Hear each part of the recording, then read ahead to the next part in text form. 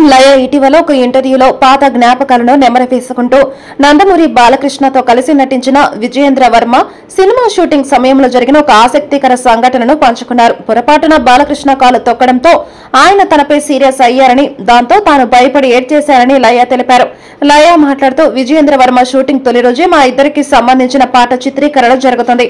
Rehearsal చేస్తుండగా అనుకోకుండా నేను బాలకృష్ణ గారి కాలు తొక్కేశాను. దాంతో ఆయన ఒక్కసారిగా నా వైపు చూసి సీరియస్ గా నా కాలు తొక్కుతావా, ప్యాకప్ చెప్పండి, ఈ అమ్మాయిని సినిమాల నుంచి తీసేయండి అన్నారు. ఆయన అప్పటి వరకు నాకు అంత సీరియస్ గా కనిపించకపోవడం, ఆ మాట అనడంతో నేను నిజంగానే భయపడిపోయి ఏడ్చేశానని వివరించారు. అయితే తాను ఏడవడం గమనించిన బాలకృష్ణ వెంటనే తన దగ్గరికి వచ్చి, అయ్యో ఏడుస్తున్నావా, నేనేదో సరదాగా అన్నాను, ఇలా షూటింగ్లలో కాళ్లు తొక్కడం కామన్, చిన్న చిన్న వాటికి ఏడవకూడదు అంటూ తనను ఓదార్చారని లయ చెప్పారు.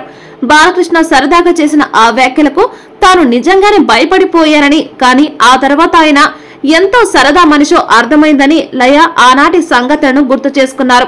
ఈ సంఘటన బాలకృష్ణ సెట్స్ లో ఎంత క్రమశిక్షణతో ఉంటారో అదే సమయంలో తన సహనటులతో అంతే సరదాగా ఉంటారని తెలియజేస్తుంది.